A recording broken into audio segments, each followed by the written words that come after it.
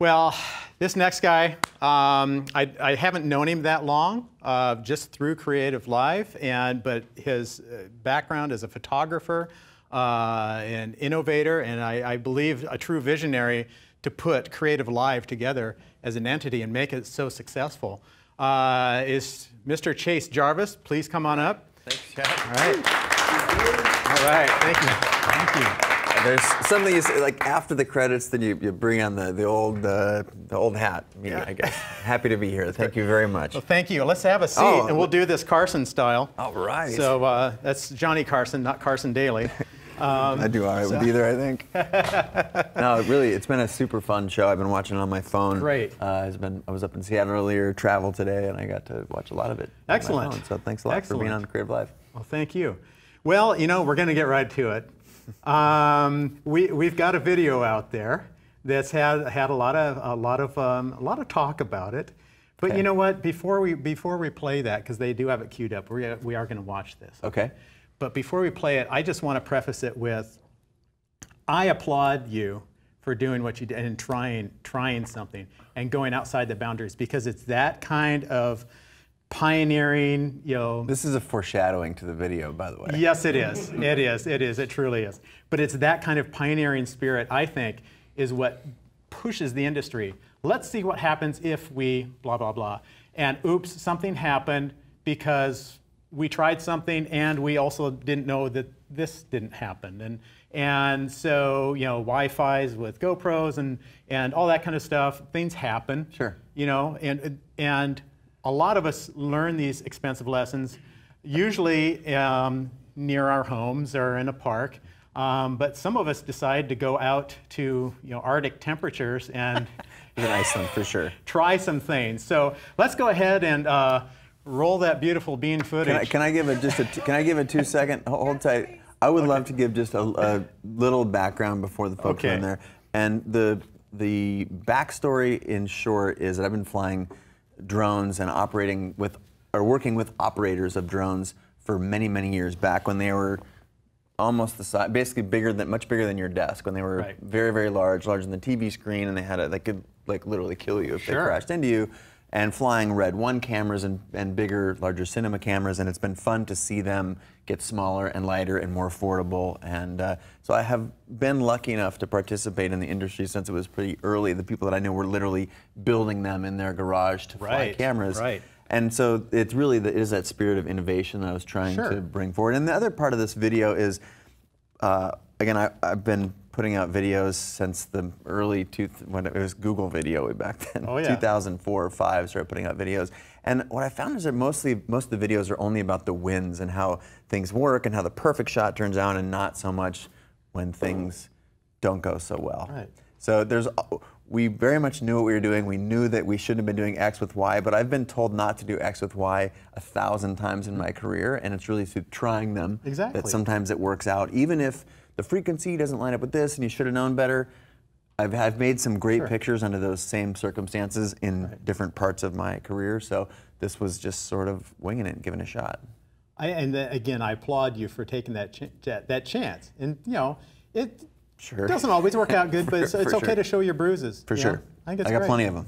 That's right. We all do. now we can roll the tape that I've given myself an out. Okay, there we go. Initiate launch sequence. And away we go. You got the visual picture? Oh, yeah. Stable. It doesn't definitely knock down. Probably like.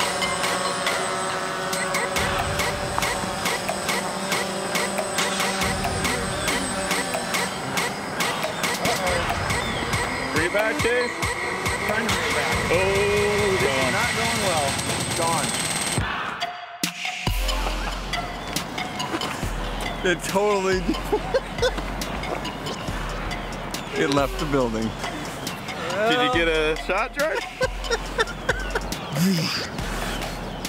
Any direction, no change, nothing. Okay, so let me give you a recap, excuse me, of what just happened. We were testing this new camera. It's not a camera you're supposed to fly on the Phantom. We tested it at a very low altitude and got some stability. We know some camera shake, so we sort of escalated. We took some countermeasures where we got the, excuse me, it's cold out here, where we got the camera stable, and then we went out to get the shot that we thought was going to really elevate the assignment that we're here in Iceland for. And obviously things went wrong, really wrong. But at this level, when you're taking risks, you don't take these risks without the possibility of an upside. And the upside in this case would be a remarkable shot. The cost, while it was really, really significant, we're fully insured. That doesn't make it okay. It really hurts me to watch, you know, an expensive helicopter and a camera go into the water along with the footage that we already had in that card. But we went in knowing that that was a risk and we were willing to take the risk. So I think that's part of the game, is risk, reward, and failure. And so we're going back empty-handed. And I definitely want to put this video out there because I feel like what gets shown out there in the world is just all these high fives and chest bumps and successes. And for every success, there's sometimes a bunch of failure built in, especially when you're experimenting and trying to make something that's not designed to do that work. So that's how we've got some of the, some of our greatest shots are doing things that you're not supposed to do with a particular piece of gear. In this case, it didn't pay off. Live and learn. Well, there you go. Well, that's it. But I missed the sandwich part. Sure, yeah, that was a, more context, that was a highly edited version. I think the real version is like maybe 10 or 15 minutes. Long, yeah. Much too long. But it was basically the story of, was on an assignment, thought we could fly a different camera. It was a Sony camera that had a stabilized chip in it, or a stabilized sensor. And it was shot raw, and we were very excited at what we could get. And we had other stuff, but we were trying to, as I said in the video, just sort of elevate it just a little bit. And the YouTube comments, there's a there's a bazillion of those things. The context, again, with respect to where we were, this was not mission critical for the commercial job. This would have been a bonus for the commercial job. So we had our bases covered, and we were in a park. We had rented the entire park. So there was a safety, basically a safety zone around us.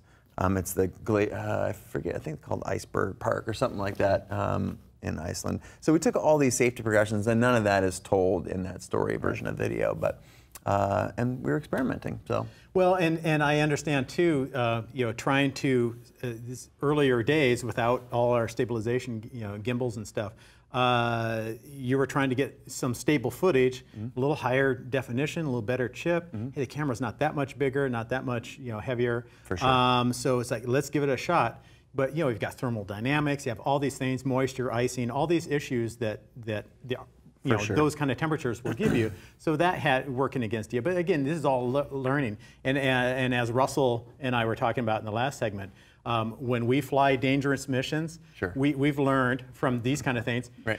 You fly some good ones, you take the card out, you put another one in. For sure. And so those are all things that you learn because of things like this. So I hope that people's takeaway from this is more about learning, okay, it's okay to take these risks, but be prepared for some potential results. That's all. Yeah, and I'm maniacal with data, so all the data, anything that was mission critical is not involved at all in that way, in any way, shape, or form. But again, the spirit of championing some sort of innovation, even if it's at a low level like that.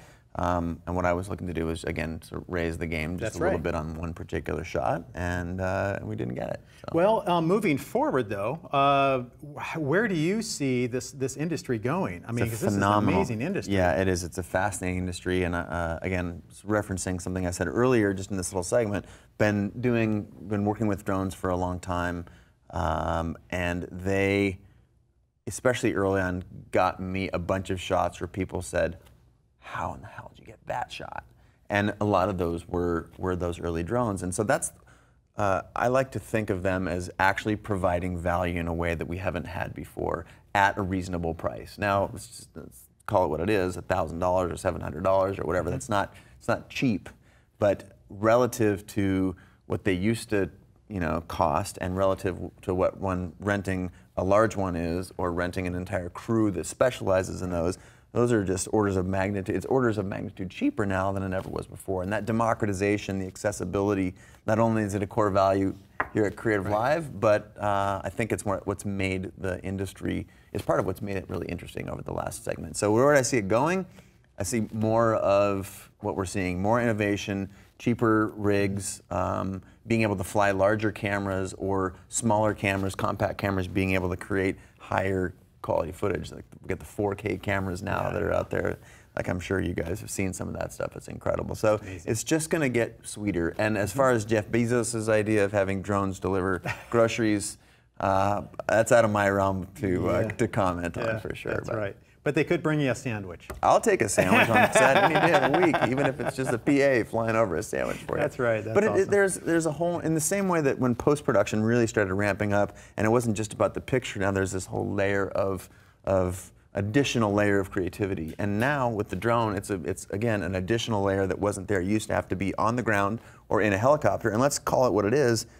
You can't fly a full-size, like an A-Star, within 20 feet or 10 feet of someone, because the prop wash, you can't get the kind of pictures that you can get with a drone. So it is literally making what used to not even that long ago be impossible, possible. Exactly, I totally agree. So how do you see the work you do? Are you going to keep pursuing? For sure, for sure. My bias is twofold. For the stuff that what is a behind the scenes learning, small, we're only like 10 people, and that it was just, by the way, that whole outfit was sort of a get-up. I mean, I'm not really the captain, okay?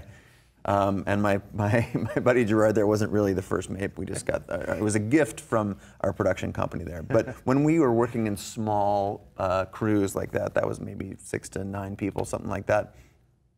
Using that drone for some bonus footage, for a great add-on for your client, or even behind the scenes stuff is super good. For me personally, working on a high-end set where you're shooting stuff that's going to be broadcast, or like I will outsource that to someone like you, or there's a handful of operations out there that just do that. And then maybe that's what you guys are looking to do here in the audience, is take your first of many steps and to be able to become a real established aerial shooter.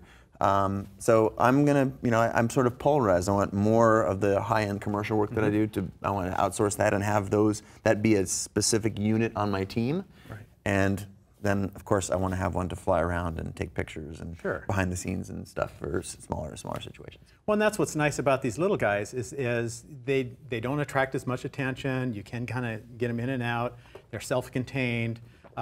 We had Stephen Wheatcraft on yesterday with the S1000. That thing's a monster. Yeah. But he also always carries his little Phantom with him, because he just took a little day trip down the coast this last weekend, and he says he was able to pull off the road, take out the little Phantom, fly it right up off the cliff and out over the ocean, and he says no way he would do that just off the side of the road with the big thing. I mean, how insane is that? You just like literally pull over, you open a suitcase, and the suitcase, it's like this big, and then you go get some aerial photography.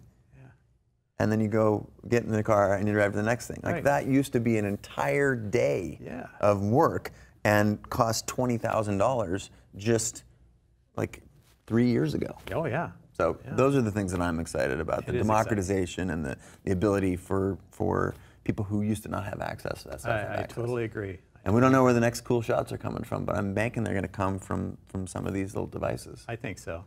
I think so. And it isn't just about the 400-foot level shots. I mean, I find, the low level, cool point of view, positioning it just in the right place. Sure. I mean, that to me, steady cam stuff, extended jibs. It's like the endless jib shot. Yeah. It's amazing to be able to do that with these things. For sure. Big and small. Yeah, and like legitimate applications too. Like you're able to, like that, you can sell that closing shot or that opening shot in a way that you used to not be able to on the budget of most of the folks that are paying attention to in the in-studio audience or in the internet audience. Hello, internet. Do we have any questions in the studio audience? Maybe if you have time for one or two? Sure. Great. I got time. Thanks, Jace.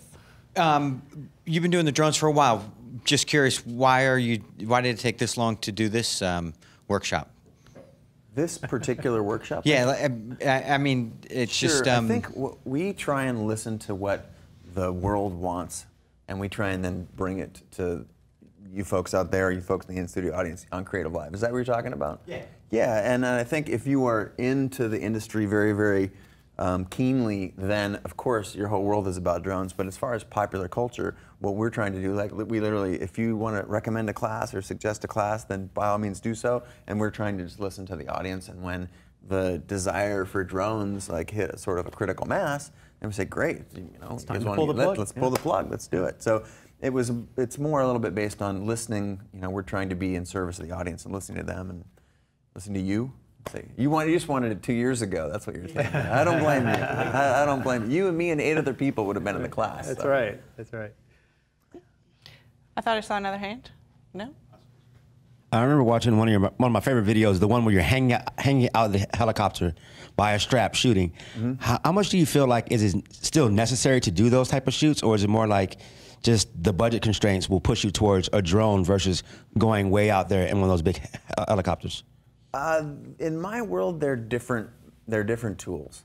The stuff that you were talking about earlier, to get in close and be able to, or put it in a place where you couldn't otherwise get a jib to move at the right size or right height or speed or whatever.